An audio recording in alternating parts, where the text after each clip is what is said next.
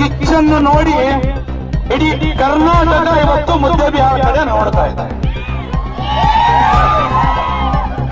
ಪ್ರಪ್ರಥಮವಾಗಿ ವೇದಿಕೆ ಮೇಲಿದ್ದಂತ ಎಲ್ಲ ಮುಖಂಡರ ಪರವಾಗಿ ಬಸನಗೌಡ ಪಾಟೀಲ್ ಯತ್ನಾಳ್ ವತಿಯಿಂದ ಮುದ್ದೆಬಿಹಾಳ ಹಾಗೂ ಸುತ್ತಮುತ್ತಲಿನ ಗ್ರಾಮದಿಂದ ಆಗಮಿಸಿದಂತಹ ತಮ್ಮೆಲ್ಲ ರಾಷ್ಟ್ರಭಕ್ತ ಹಿಂದೂ ಸಹೋದರ ಸಹೋದರರಿಗೆ ಹಿರಿಯರಿಗೆ ನಾನು ತುಂಬ ಹೃದಯದ ಕೃತಜ್ಞತೆಗಳನ್ನು ಹೇಳ್ತಾ ಇದ್ದೇನೆ. ಯಾಕಂದ್ರೆ ಒಂದು ಬಸವನಗೌಡರ ಭಾವಚಿತ್ರಕ್ಕೆ ಇವತ್ತು ಕ್ಷೀರಾಭಿಷೇಕವನ್ನು ಮಾಡ್ತಾ ಇದ್ದಾರೆ ಹಾಲಿನ ಮುಖಾಂತರ. ಜೋರಾದ ಚಪ್ಪಾಳೆ ಬರಬೇಕು.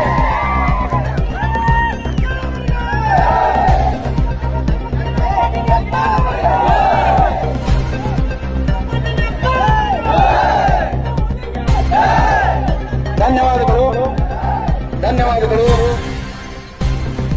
ಈ ಒಂದು ಭವ್ಯವಾದಂತ ಯತ್ನಾಳರ ಪರವಾಗಿ ಹಿಂದುತ್ವದ ಪರವಾಗಿ ಏನೋ ಒಂದು ಅಭೂತಪೂರ್ವ ಮೆರವಣಿಗೆಯನ್ನು ಏನು ಮಾಡ್ತಾ ಬರ್ತಾ ಇದ್ರಿ. ಇಷ್ಟೊಂದು ಉರಿ ಬಿಸಿಲವನ್ನು ಲೆಕ್ಕಿಸದೆ ನಮ್ಮ ಮಧ್ಯದಲ್ಲಿ ನನಗೆ ಹೇಳಲಿಕ್ಕೆ ತುಂಬಾ ಖುಷಿ ಇದೆ. ಅಷ್ಟೇ ನಾವು ನಮ್ಮ ನಾಗರಹೊಲಿಯವರು ಮಾತನಾಡ್ತಾ ಇದ್ದೇವೆ. ಆ ಮಧ್ಯದಲ್ಲಿ ನಿಮ್ಮೆಲ್ಲರ ಮಧ್ಯದಲ್ಲಿ ಪಾಪ ದಿವ್ಯಾಂಗರು ಅಂಗವಿಕಲರು ಕಾಲ ಇಲ್ಲ ಅಂದ್ರೆ ಸುದ್ಕೊಂಡು ನಡ್ಕೊಂಡು ಬರ್ತಾ ಇದ್ರು. ಅವರ ಒಂದು ಅಭಿಮಾನವನ್ನು ಇವತ್ತು ನಾವು ಮೆಚ್ಚತಕ್ಕಂಥ ಕುಂಟುಗೆ ಬರ್ತಾ ಇದ್ದಾರೆ. ಕುಂಟುಗೋರ್ತಾ ಈ ಒಂದು ಮೆರವಣಿಗೆ ಬರ್ತಾ ಇದ್ದಾರೆ. ಇದು ಕೇವಲ ಯಾವ ರಾಜಕಾರಣಿಯ ವಿರುದ್ಧ ಹೋರಾಟ ಅಲ್ಲ, ಹಿಂದುತ್ವದ ಪರವಾಗಿರುವಂತ ಹೋರಾಟ.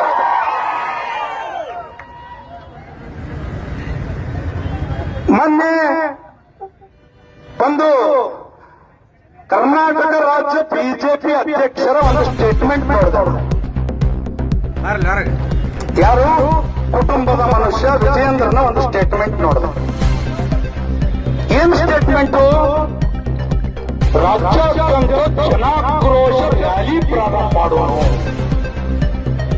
ಮಾನ್ಯ ವಿಜಯೇಂದ್ರ ಅವರೇ, ಯಡಿಯೂರಪ್ಪನವರೇ, ಈಗಾಗಲೇ ಜನಾಕ್ರೋಶ ರ್ಯಾಲಿ ಕರ್ನಾಟಕದಲ್ಲಿ ಪ್ರಾರಂಭ ಆಗೋಗಿದೆ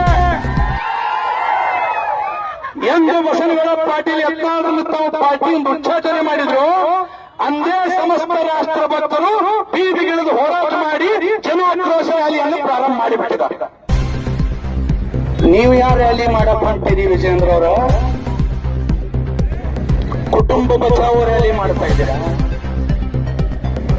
ಭ್ರಷ್ಟಾಚಾರಿಗಳ ಪರವಾಗಿ ರ್ಯಾಲಿ ಮಾಡ್ತಾ ಇದ್ದೀರಾ? ನರೇಂದ್ರ ಮೋದಿ ಅವ್ರನ್ನ ಅಪಮಾನ ಮಾಡೋಕ್ಕೋಸ್ಕರ ರ್ಯಾಲಿ ಮಾಡ್ತಾ ಇದ್ದೀರಾ? ನಿಮಗೆ ಕಾಣಿಸ್ತಾ ಇಲ್ವಾ ಕರ್ನಾಟಕದಲ್ಲಿ ಇಂಥ ಬೇಸಿಗೆಯ ಬಿಸಿಲಿನಲ್ಲಿ ವಯೋವೃದ್ಧರು, ಮಹಿಳೆಯರು, ಪಾಪ ನಮ್ಮ ಉತ್ಸಾಹಿ ಯುವಕ ಯುವತಿಯರು ಬೀದಿಗಿಳಿದು ಕರ್ನಾಟಕದಾದ್ಯಂತ ಇವತ್ತು ಯತ್ನಾಳರ ಪರವಾಗಿ, ಹಿಂದುತ್ವದ ಪರವಾಗಿ ಹೋರಾಟ ಮಾಡ್ತಾ ಇದ್ದಾರೆ. ವಿಜೇಂದ್ರ ಅವರ ಕಾಣಿಸ್ತಾ ಇಲ್ವಾ? ಈ ಪ್ರಶ್ನೆಯನ್ನು ಇವತ್ತು ಈ ಪವಿತ್ರ ನಾಡು ಮುದ್ದೆ ಬಿಹಾರದ ಭೂಮಿಯಿಂದ ನಾವು ಕೇಳಬೇಕಾಗ್ತದೆ. ಅವ್ರ ಜೊತೆಯಲ್ಲಿದ್ದಂತ ಕೆಲವು ಮಾಜಿ ಶಾಸಕರು ಬಾಯಿಗೆ ಬಂದಂಗೆ ಮಾತಾಡ್ತಾರೆ. ಪ್ರಪ್ರಥಮವಾಗಿ ಮುದ್ದೆ ಬಿಹಾರ ಜನತೆಯ ಪರವಾಗಿ ನಾನು ರಾಜ್ಯದ ಜನತೆಗೆ ಕಳೆದ 2023 ಚುನಾವಣೆಯಲ್ಲಿ ಏನು ವಿಧಾನಸಭೆ ಚುನಾವಣೆ ನಡೆಯಿತು, ಮುದ್ದೆ ಬಿಹಾರ ಜನತೆ ಒಂದು ಬಹಳ ಸ್ಪಷ್ಟ ನಿರ್ಣಯವನ್ನು ತಗೊಂಡರೆ, ಹಿಂದೂ ವಿರೋಧಿಗಳಿಗೆ ಮುದ್ದೆ ಬಿಹಾರದಲ್ಲಿ ಅವಕಾಶ ಇಲ್ಲ. ಸರಿಯಲ್ಲ?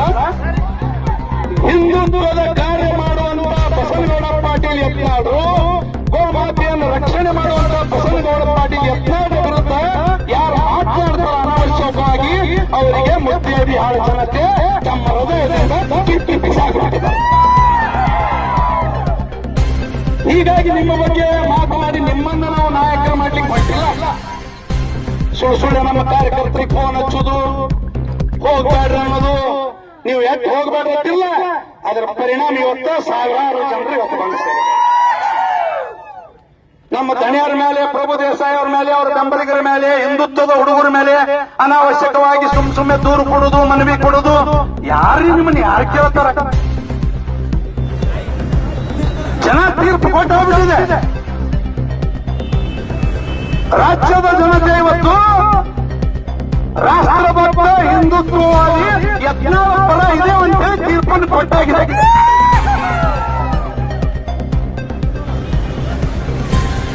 ಒಬ್ಬ ಪೂಜ್ಯ ಸಾಧು ಸಂತರು ಹೇಳ್ತಾರೆ,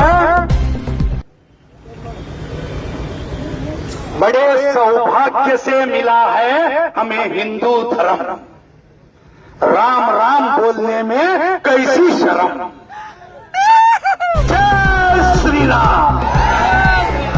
जय श्री राम ಅಂದ್ರೆ ಜೈ ಜೈ ಶ್ರೀರಾಮ್ ಅಂತ 2 ಸಲ ಹೇಳಬೇಕು. 2 ಕೈ ಮೇಲೆ ಹೇಳಬೇಕು. ಜೈ ಶ್ರೀರಾಮ್, ಜೈ ಶ್ರೀರಾಮ್. ಇಂಥ ಒಂದು ಸಂದೇಶವನ್ನು ಒಬ್ಬ ಪೂಜ್ಯ ಸಂತರು ಕೊಟ್ಟರು. ಅಂತ ನಾಡಿನಲ್ಲಿರುವಂತ ಹಿಂದೂಗಳ ತಾಳ್ಮೆಯನ್ನು ಪರೀಕ್ಷೆ ಮಾಡ್ಲಿಕ್ಕೆ ಹೋಗಬೇಡ್ರಿ. ಯಾವುದು ಕುಟುಂಬ ರಾಜಕಾರಣ? ಮೊನ್ನೆ ಅಮಿತ್ ಶಾ ಅವರಿಗೆ ಒಬ್ಬ ಸಮಾಜವಾದಿ ಪಾರ್ಟಿಯ ಮುಖ್ಯಸ್ಥ ಕೇಳ್ತಾರೆ, ಅಖಿಲೇಶ್ ಯಾದವ್ ಹೋದವ್ರಿ. ಅಧಿವೇಶನ ನಡೆದಾಗ ವಕಫ್ ಬಿಲ್ ಚರ್ಚೆ ನಡೆದಂತ ಸಂದರ್ಭದಲ್ಲಿ इतने दिनों से भारतीय जनता पार्टी वालों ने राष्ट्रीय अध्यक्ष का पीरियड खत्म हो गया, फिर भी अध्यक्ष क्यों नहीं चुने? अವಾಗ ಅಮಿತ್ ಶಾ ಅವರು ಹೇಳ್ತಾರೆ, ये एक परिवार का पार्टी नहीं है, ये 15 करोड़ से ज्यादा राष्ट्रभक्तों का पार्टी है. कर्नाटक में क्या हो रहा है? गौरवान्वित अमित ಶಾ ಜಿ ಈ ಪ್ರಶ್ನೆಯನ್ನು ಕೇಳ್ತಾ ಇದ್ದಾರೆ ಕರ್ನಾಟಕ ಜನ. ಪರಿವಾರವಾದದ ವಿರುದ್ಧ ನಮ್ಮ ನರೇಂದ್ರ ಮೋದಿ ಅವರು ಮಾತನಾಡ್ತಾರೆ. ನಮಗೆ ಹೆಮ್ಮೆ ಇದೆ. ಇವತ್ತು ನಿಮ್ಮೆಲ್ಲರ ಸೌಭಾಗ್ಯ, ಒಬ್ಬ ದೇಶಕ್ಕೆ ಒಬ್ಬ ಪ್ರಾಮಾಣಿಕ ಯೋಗಿ ನರೇಂದ್ರ ಮೋದಿ ಅವರು ಸಿಕ್ಕಿದ್ದಾರೆ. ನಾವು ಭಾರತೀಯ ಜನತಾ ಪಾರ್ಟಿಯ ವಿಚಾರಧಾರೆಗಳನ್ನು ವಿರೋಧ ಮಾಡಲಿಕ್ಕೆ ಈ ಸಭೆಯನ್ನು ಮಾಡ್ತಾ ಇಲ್ಲ. ರಾಷ್ಟ್ರೀಯ ನಾಯಕರಿಗೆ ಟೀಕೆ ಟಿಪ್ಪಣಿಗಳೇ ಮಾಡಲಿಕ್ಕೆ ಈ ಸಭೆಯನ್ನು ಮಾಡ್ತಾ ಇಲ್ಲ. ಯಾರ್ದೋ ಫೋಟೋಗಳಿಗೆ ಕೇವಲ ಅಪಮಾನ ಮಾಡೋಗೋಸ್ಕರ ಈ ಸಭೆಯನ್ನು ಮಾಡ್ತಾ ಇಲ್ಲ. ನಿಜವಾದ ಹಿಂದೂ ನಾಯಕನನ್ನು ಕರ್ನಾಟಕದಲ್ಲಿ ಅಪ್ಪ ಮಕ್ಕಳ ಮಾತು ಕೇಳಿ ಪಾರ್ಟಿಯಿಂದ ಹೊರಗೆ ಹಾಕಿಲ್ಲ. ಅದಕ್ಕೆ ಜನ ಇವತ್ತು ರೊಚ್ಚಿದ್ದಾರೆ. ಇದನ್ನ ಅರ್ಥ ಮಾಡ್ಕೋಬೇಕು. ಜನಾಕ್ರೋಶ ಕೇವಲ ಮುದ್ದೆ ಬಿಹಾರ ವಿಜಯಪುರ ಜಿಲ್ಲೆಯಲ್ಲಿ ಮಾತ್ರ ಇಲ್ಲ, ಬೀದರದಿಂದ ಚಾಮರಾಜನಗರದವರೆಗೆ, ದಕ್ಷಿಣ ಕನ್ನಡ, ಉತ್ತರ ಕನ್ನಡ, ಮಧ್ಯ ಕರ್ನಾಟಕ, ಉತ್ತರ ಕರ್ನಾಟಕ, ಕಲ್ಯಾಣ ಕರ್ನಾಟಕ, ಕಿತ್ತೂರು ಕರ್ನಾಟಕ ಎಲ್ಲದರಲ್ಲೂ ಇವತ್ತು ಜನ ರೊಚ್ಚಿಗೆದ್ದಿದ್ದಾರೆ. ಜನಾಕ್ರೋಶ ಪ್ರಾರಂಭ ಆಗಿದೆ. ವಿಜಯೇಂದ್ರ ಅವರೇ, ಯಡಿಯೂರಪ್ಪನವರೇ, ಜನರ ನಾಡಿ ಮಿಡಿತವನ್ನು ನೀವು ಅರ್ಥ ಮಾಡಿಕೊಳ್ಳ್ರಿ. कुटुंबवाद क्या होता है इसके बारे में तो हमारे राष्ट्रीय अध्यक्ष नड्डा जी ने बहुत